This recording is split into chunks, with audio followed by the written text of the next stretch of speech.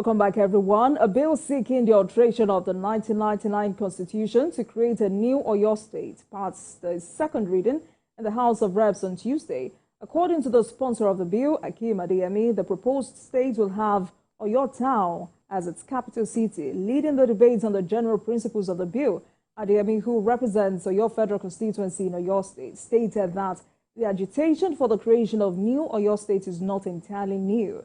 Additionally, the bill proposes the consequential renaming of the remaining parts of Oyo State as Ibadan State, with Ibadan City as capital. Tonight, let's hear directly from the sponsor of the bill, Honorable Akeem Adeyemi, on why this bill has resurfaced at this time, and if passed into law, what does this seek to achieve or address? Akeem Adeyemi represents Afijo, Oyo West, Oyo East, Atiba Federal Constituency of Oyo State. Honorable, good evening to you. Thank you so much for joining us on Politics Tonight. It's good to see you again. Yeah, Thank good you so evening. much. It's a pleasure to be here tonight. Right. Good evening. Good evening to you. So, as a sponsor of this bill, you say Oyo State deserves to be split into two, being the largest state in terms of land mass in the southwest geopolitical zone, with about 33 local governments and a population of over 5 million. And this is according to the 2006 census. So, tell us tonight, why? What exactly necessitated this? Thank you very much. Nigerians, you see, in 1975, when Oyo State was actually created, Ibadan remained the capital of Oyo State. If you recollect, Nigeria started with a region. We have three regions at that time. We have Kaduna, Northern region, Kaduna was the capital. Eastern region, Enugu was the capital. Western region, Ibadan was the capital. Along the line, from three regions to four regions, they created Mid-West region out of the Western region. Ibadan remained the capital of the Western region. When the state comes to 12 states, we have Oyo State. Ibadan remained the capital to 19, to 21, to 36. All along, we discovered that the capital of old region have become a state on its own. Kaduna, that was the capital of Northern region, is now Kaduna State, Kaduna capital. Enugu, who was the capital of Eastern region, is now Enugu State, Enugu capital. Ibadan is the largest city, not only in Nigeria, but in West Africa. Ibadan deserves not only the landmass, the population and everything, to be a capital on its own, just like Kaduna and Enugu. So if Ibadan deserves that, the Oyo State we have in all the provinces, I want Nigerians to recollect, Nigeria started in 1914, during the amalgamation of Nigeria, Northern Protectorate, Southern Protectorate. Only 5-6 Nigerians signed. And when they come together in Niger Southern of Sokoto that signed, we have the announcement for you that signed, we have the Emir of Kano, we have the Sheikh of Borno, we have the Oba of Calabar, and we have one that just said lawyer. Those are the people that come together and say, what to form Nigeria? All other provinces that are there in 1936, 1940, after the amalgamation, they have become a state and capital. All right. Sokoto provinces, but provinces, or your town, or your was a province. So if Ibadan, the largest city in West Africa, the capital of old Western region, haven't gotten its status to be a state and capital.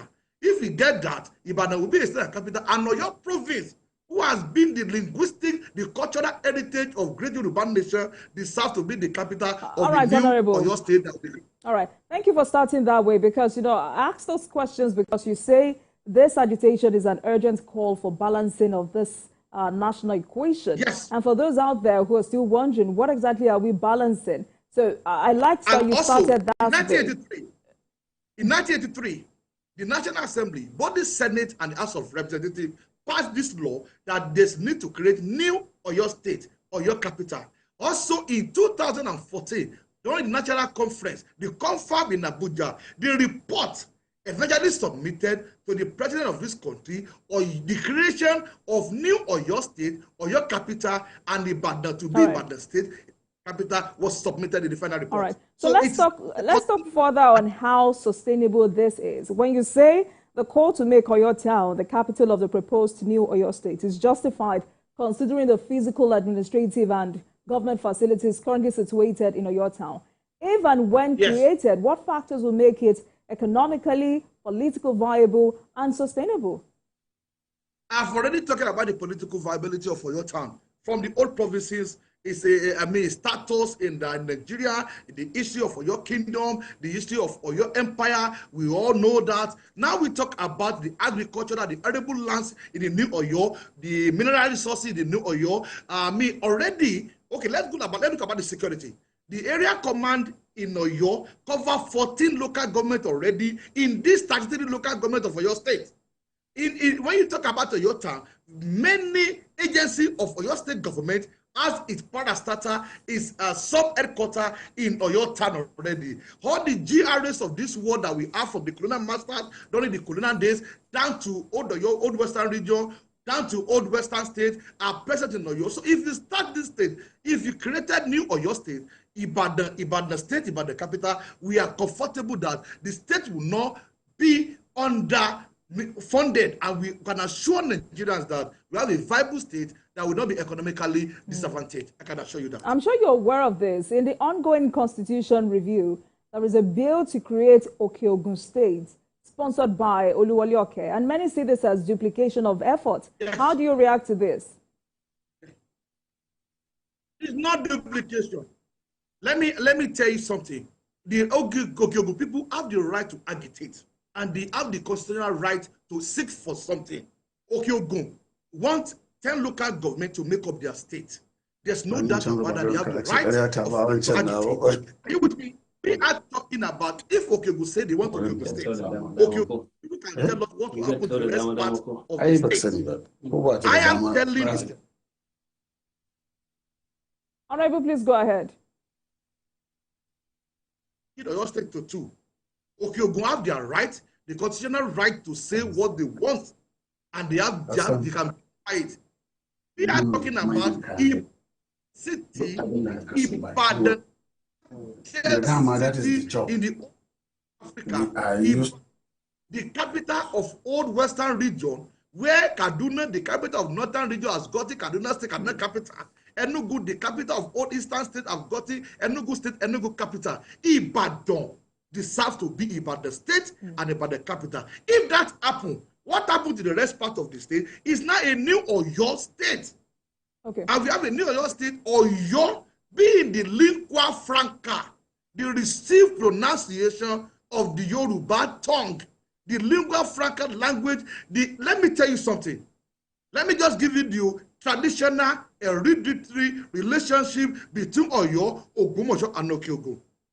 Okeogun cannot write their history and leave out Oyo Town. We are brothers and sisters. We are interrelated, traditionally, culturally, what have you. So also like Ogbomoso, if Ogbomoso want to write their history, it is straight back to Oyo Town. We are interrelated. We are together. It's just an explanation that if Ibadan gets Ibadan State, Ibadan capital, the rest of the state will be the new Oyo, and Oyo Town is the more viable to be the capital city. All right, because you've gone there and talking about this interrelation, as a lawmaker, how do you describe governance in your state? What is your state's concept of development when it comes to interconnection of the 5 zones or belts? Talking about Ibadan, Oyo, Okeogun, Ogbomoso, Ibarakwa. What has government done to connect these 5 zones to increase economic activities and stem rural-urban migration? Thank you very much. You see, there's something I want to make clear now. And this has always been leading to the agitation for your indigene, Ogbomoso indigene, Okeogun indigene. Consciously and unconsciously, I quote, unconsciously or consciously, the majority of the fund coming to your state is spent in Ibadan. Because Ibadan is large. Sometimes I want to blame the governor. Oh, Mr. Governor, I will see 11 local government. Like, I want my capital city to be beautiful, to be old of a real capital. It, most time, at the detriment of the infrastructural development of other sectors of that region in Oyo State, Oyo, Okeogun, Ogbomoso. So we can sometimes blame the governor, but we can sometimes even say, oh, because it's unconscious to know that other region in the state is being affected.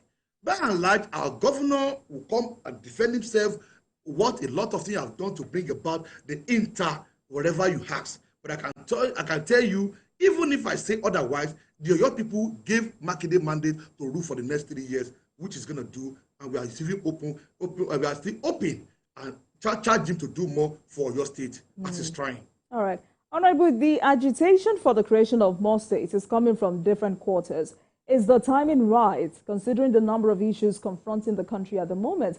Because apart from this agitation for a state out of your states, there are agitations for Anioma State, ATT State. So you're not the only one clamoring for more states. Is the timing right?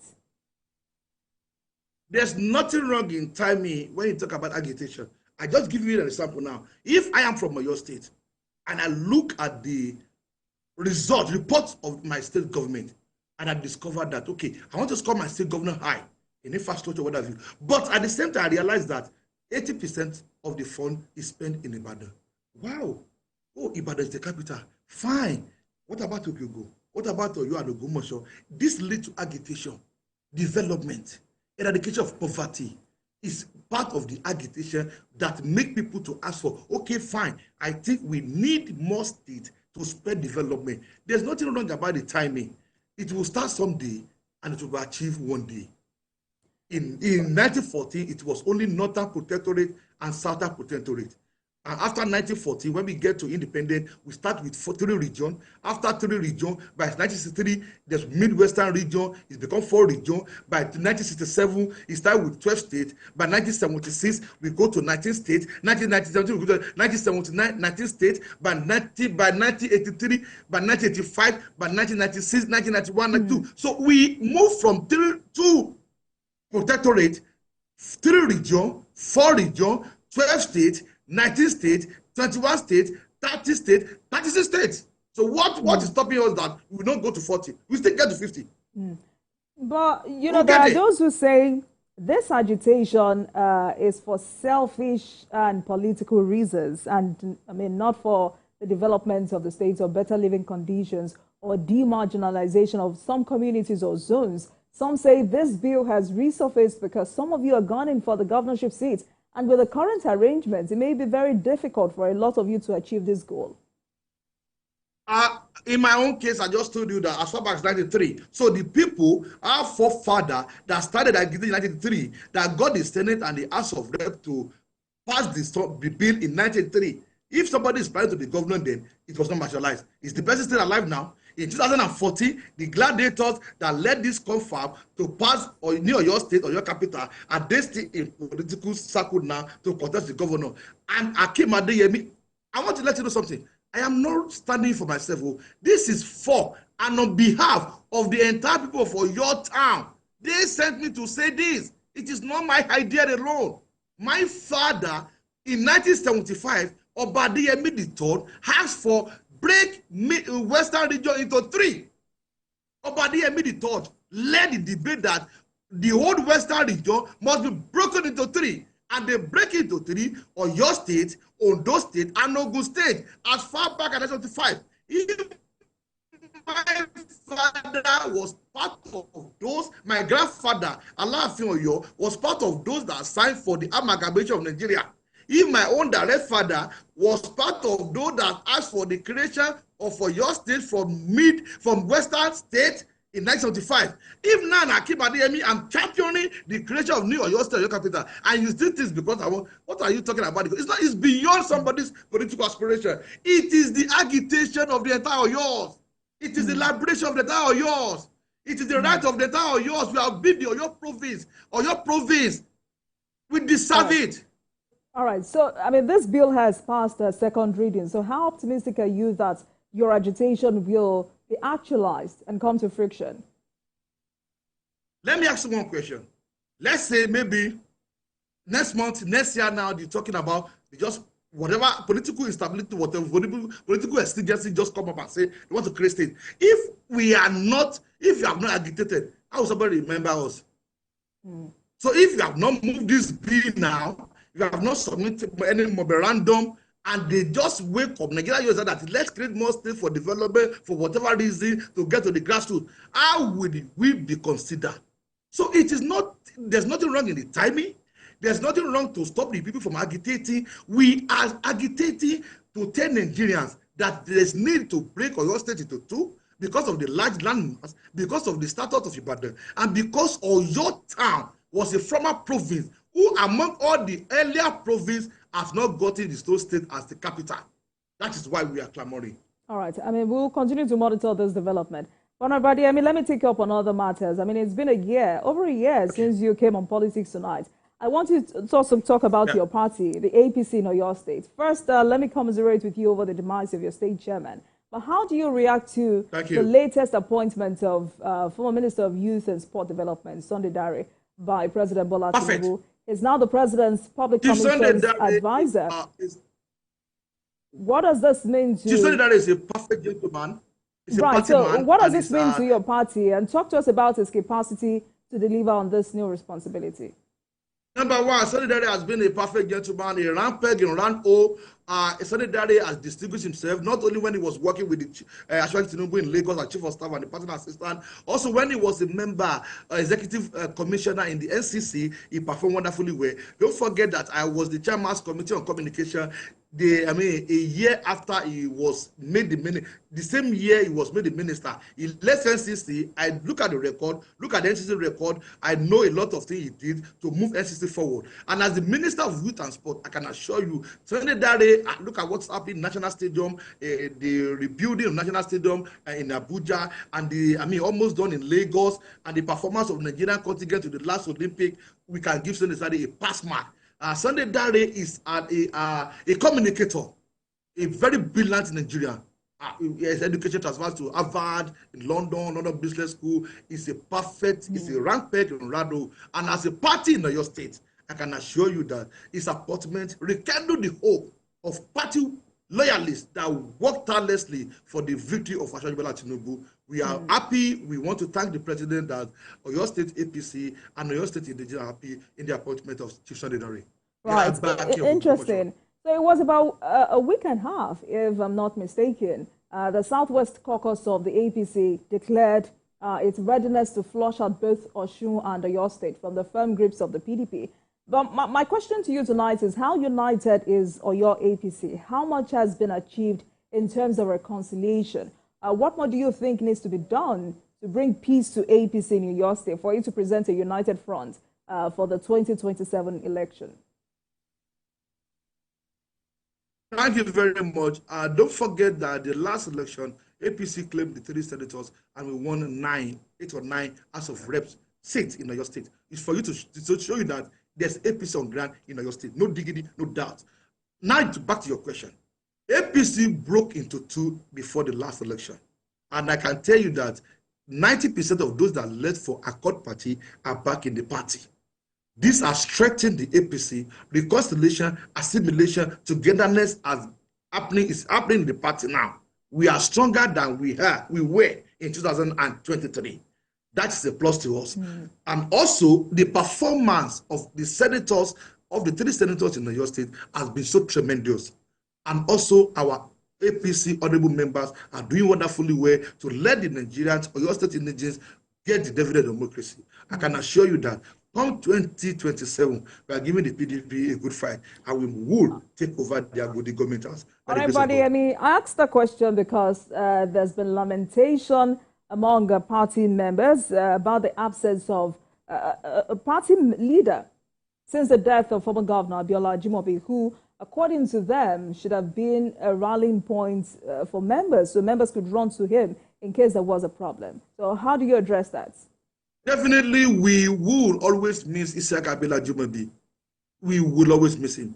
There's no state that will lose the caliber of Ajimobi that will not miss him. Our party will miss him, and we definitely know that that vacuum is set to be filled. But I can assure you, the only thing we can do to the soul and to the memory of Ajimobi is to come together, more united, and take over the Agodi government again, 2027. Just to honor Ajimobi, even in death. All right. So before I let you go tonight, I mean, amid ongoing food shortage in the country and President Bola Tinubu's ongoing effort to mitigate this hardship, how have you been able to replicate these efforts in your constituency?